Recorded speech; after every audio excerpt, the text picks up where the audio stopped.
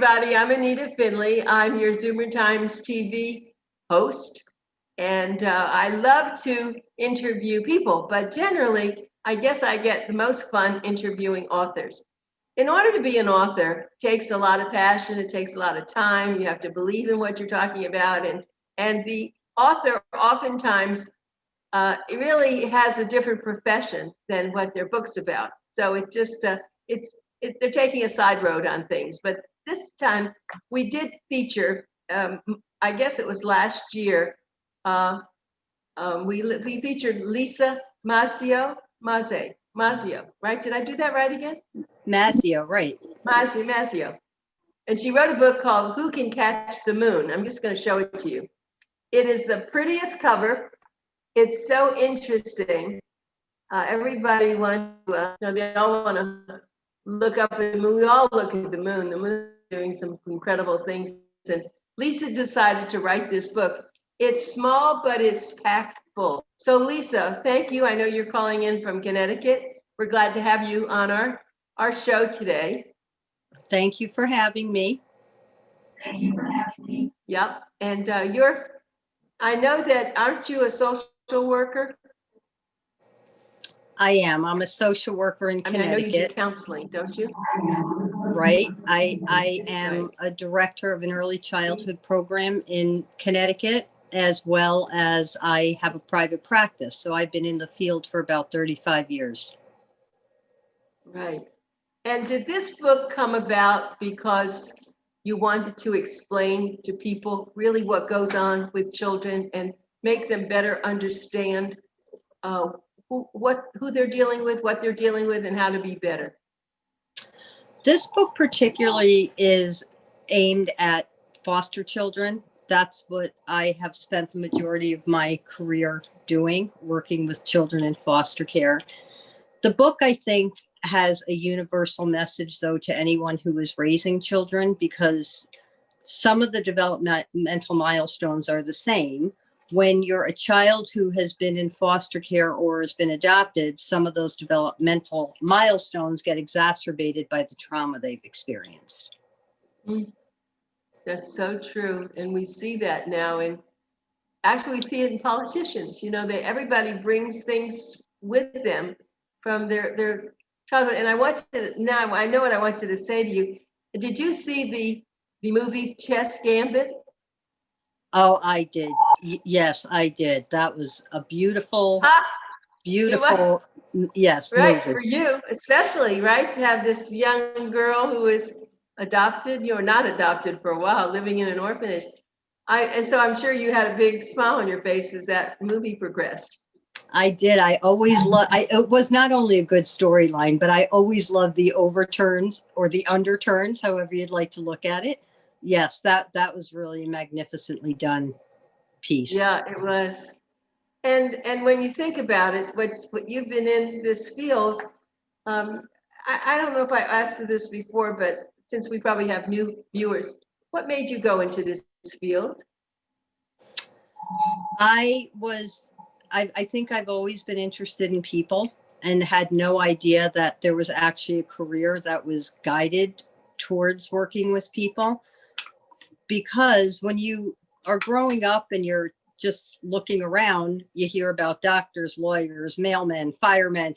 Nobody ever says, hey, you want to grow up and be a social worker. Right. So it wasn't until my third year of college in my undergrad that I even heard that this career existed. And as soon as I heard about it, I said, oh my gosh, I could be getting paid for doing what I love to do. So that's what happened. That's the story, huh? Okay, so now you're going out. Did you ever work for an organization rather than do this on your own? I've always worked for an organization and have done a private practice on my own since my career started. And the majority of my life has been spent working with foster children. I worked with the homeless population. I have worked with kids who are a little bit older, adolescents. So it's always been basically the same population, the same path. And I forget, do you have children of your own?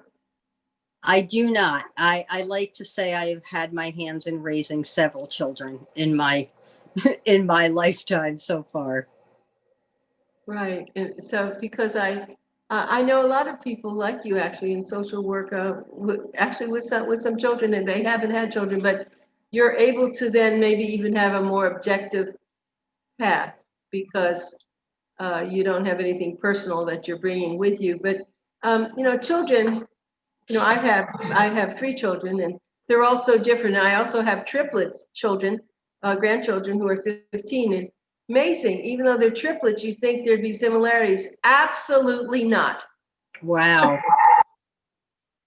Wow.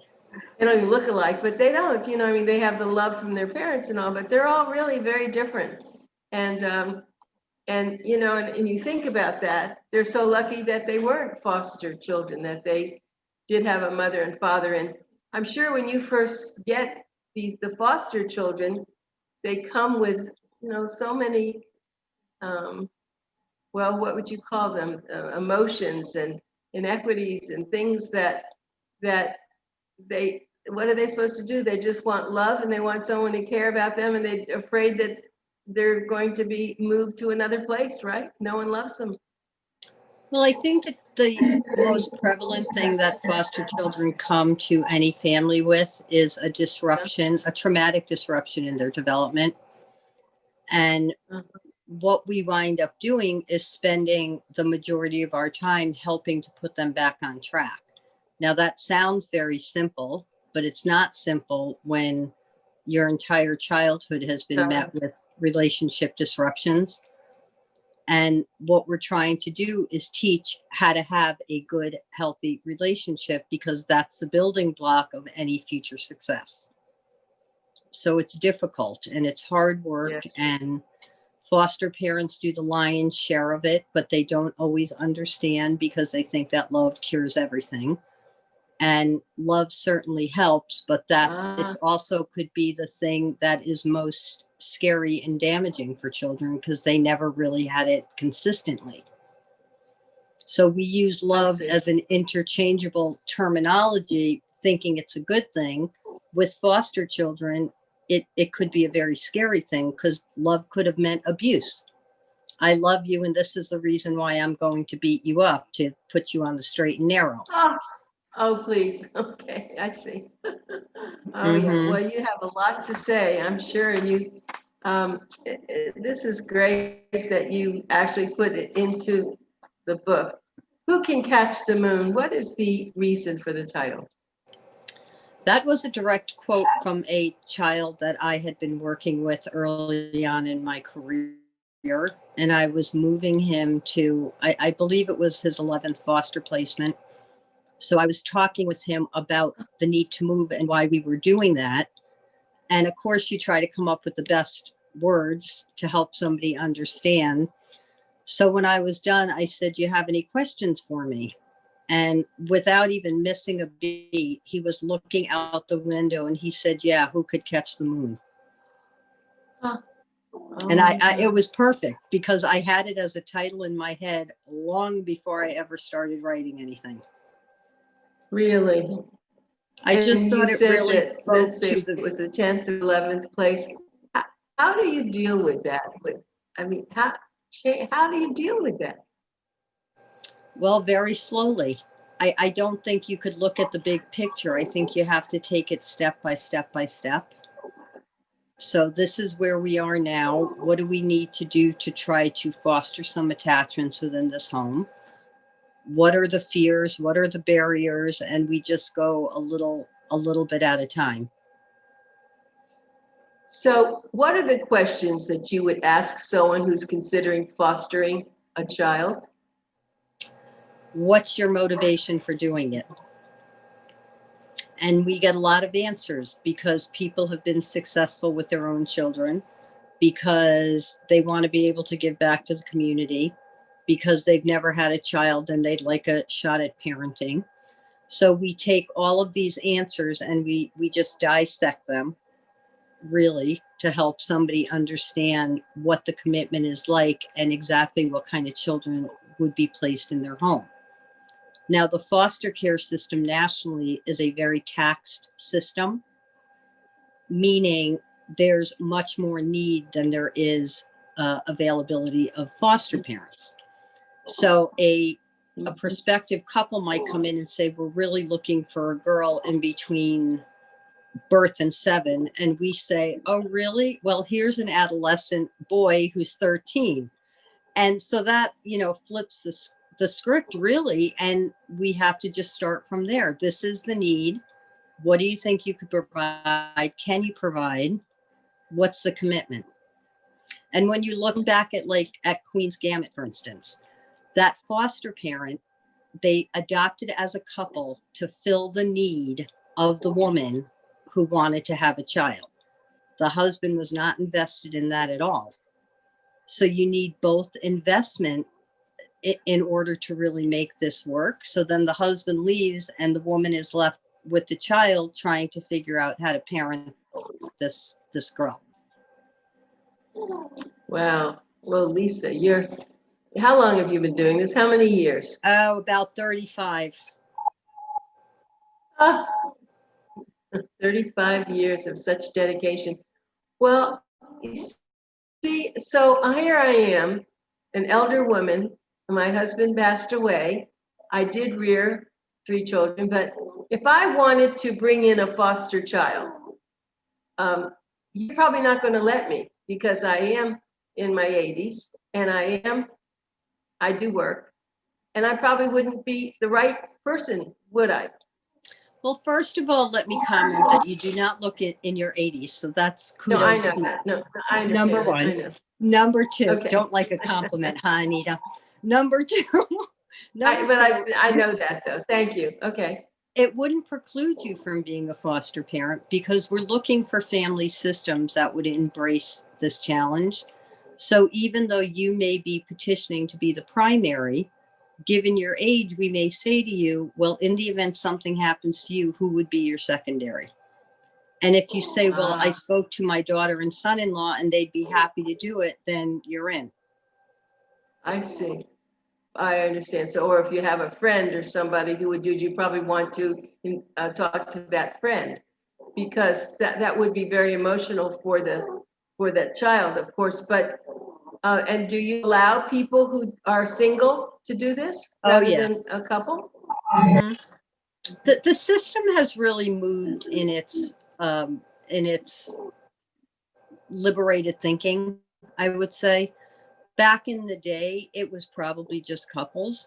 Today, we allow single people, single men, single women, gay couples, divorced couples. I mean, the options have really opened up, and it just was not like that when I started. And how about interracial? Interracial, yep. There's laws to protect interracial children and families. It used to be that you could not, like a Caucasian family could not adopt an African-American child. Federal legislation was passed several years ago that allows that to happen now. That's great. I know you're so interesting. I've been asking you, but I want to get back to your book, because you do talk about it. There's a chapter that says the many sides of adoption. And before I forget, I did want to ask you, do people get paid to do fostering? Because I think years ago, I remember a woman who fostered 3 or 4 children, and she got money for each child, and that's how she lived.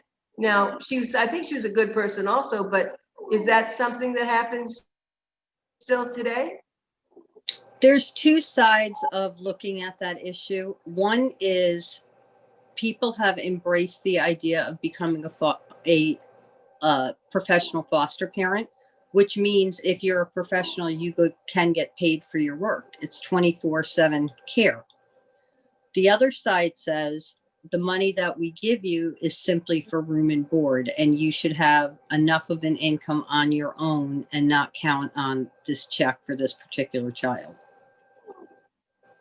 So there's 2 ways of looking at it. I see. Yeah, that I do understand that.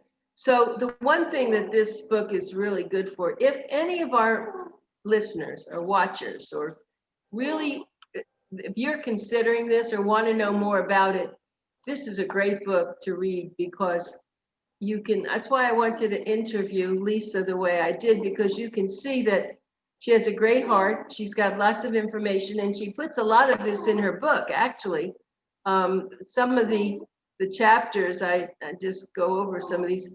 The many sides of adoption, that's one.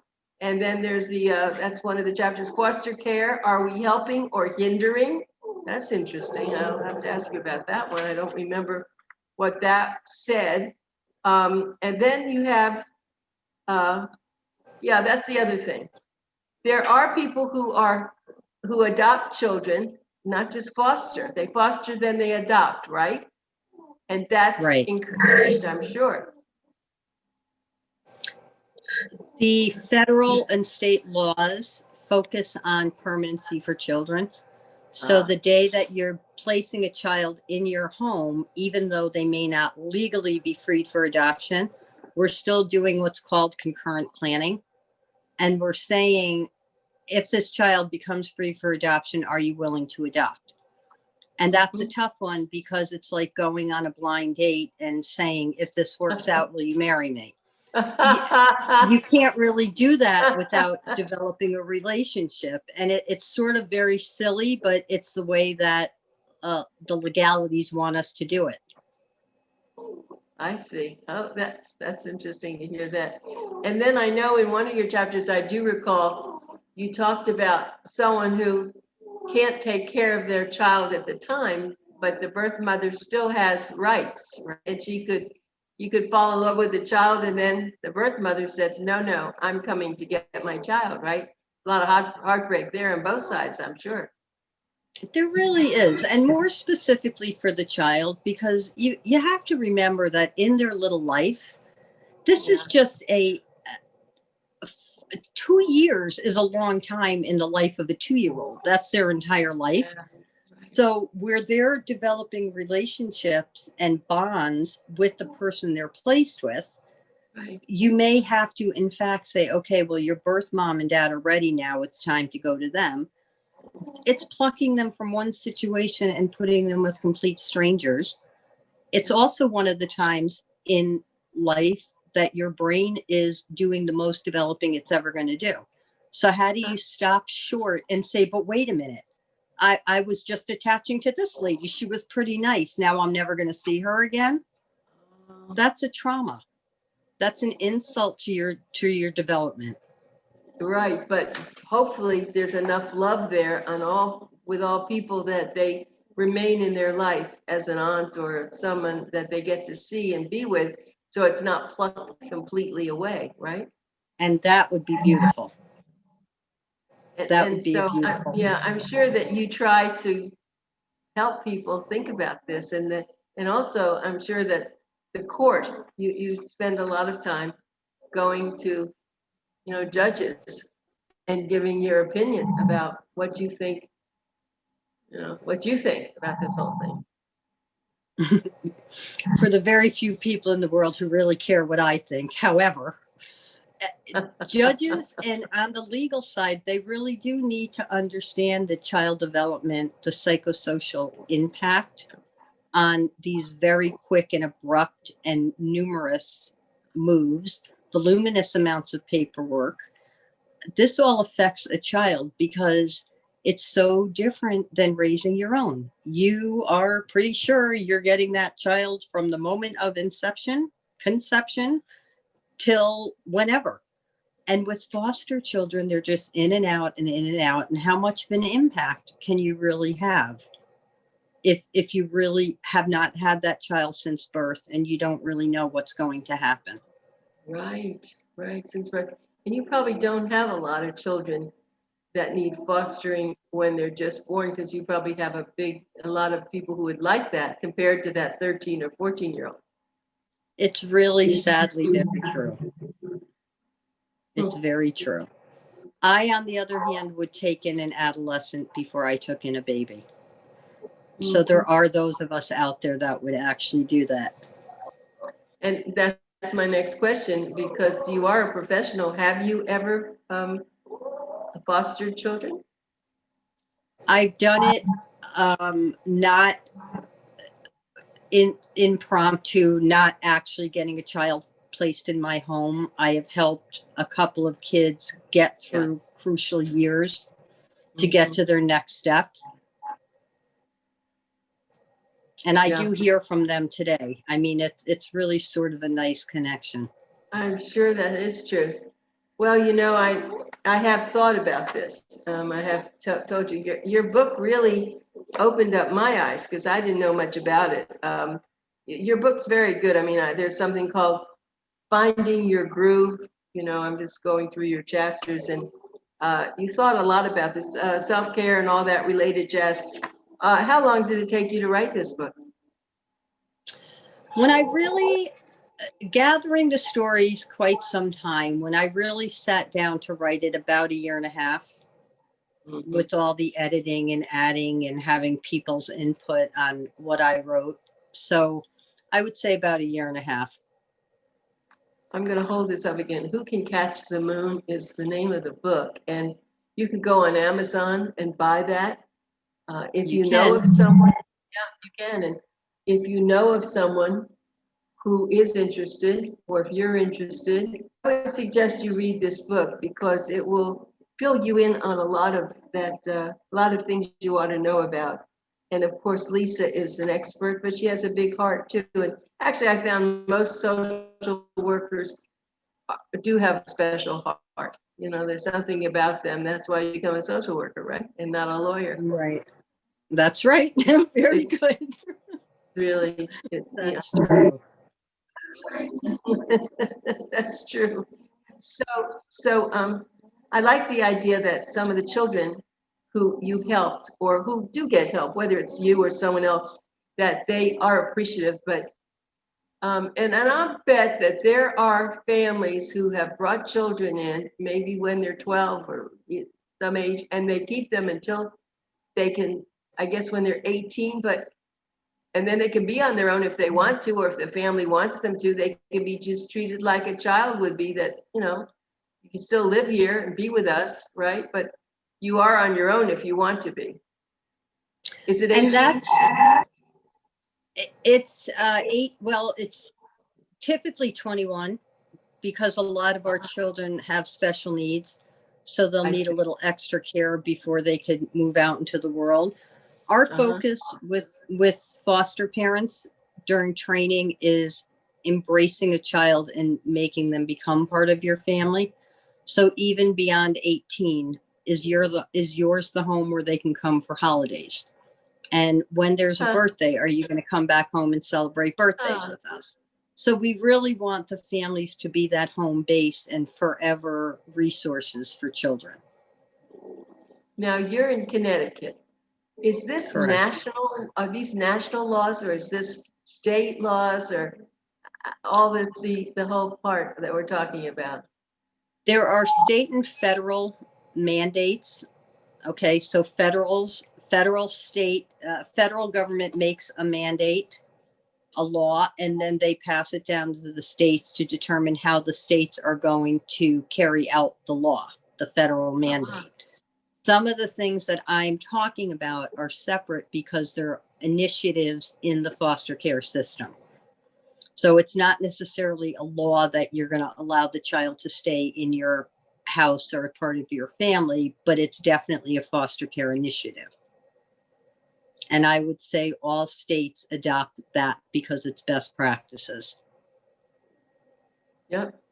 And it's not political why I ask you this, but what happened with the children down in, you know, the immigrants, the little babies and all, must have broken your heart, because you understand what that was like to be taken away from your parents, and the parents' heart was broken. So I don't know how that happened, but I just so angry about it. It might be irreparable damage to those poor children. It might be. And it's sad. Even though they were tiny babies, many of them. And I'm hoping that they can find the parents, but the torture for the parents too. I mean, it was pretty bad. And those little children, that's true, the little babies not knowing. Yeah, that's, I think, a real stain on our history. I don't know how Oh, we ever could have done I anything do like too. that. So it's, that's why I'm talking. It's awful. Hmm. So yeah, and you're right that if you just put yourself in a little baby's mind and life, it would probably be a forever thing, unless, of course, they get back to their parents, and then they'll never want their parents to go anywhere without them. You can imagine. Hmm. That's what my dog does. I mean, my dog's so spoiled now because I don't go very many places. When I have to start going back to work outside, he's going to go crazy. Well, it's what we're doing. Behavior creates a psychological blueprint, and as does sense, as does language. All of these things create our brain and the paths and what we think and how we interpret. So when you take away the people who are caring for you and supposed to meet your every need, and you just sort of throw children to the wolves, it's just really, I don't know how they're going to reconcile that. I don't. Because that means nothing in the Yeah, world is predictable and nothing is safe. true. You're right. You know, Lisa, I am so glad that we brought you back. I was telling Dan, let's bring back some of our great authors. In your mind, you came to me because I thought that you were, I just want to say this, it's before, because we run out of time. The moon's light is strong and its glow fiercely ignites the path we travel. The power of the moon is eternal. Even though cloud light is possible, if you're brave enough to search it out. That's something that's the beginning of her book. And I just have to tell you, it's a wonderful, wonderful book. And I hope that even if you're not into getting a child or adopting, you should read it. It's heartwarming. It'll help you understand about what people can go through and make you appreciate what you do have, if you do have it. Thank you, Lisa. It's just been such a joy to talk to you. You have such a kind heart, and I hope you stay well. And Thank you, Anita. we hope that people will purchase your book or just know about it. So it's Who Can Catch the Moon? And I'm so thankful for your being on today. Thank you. Stay safe. Yes, the same to you. Okay, Bye-bye. everybody, we'll be back with another interview. Bye.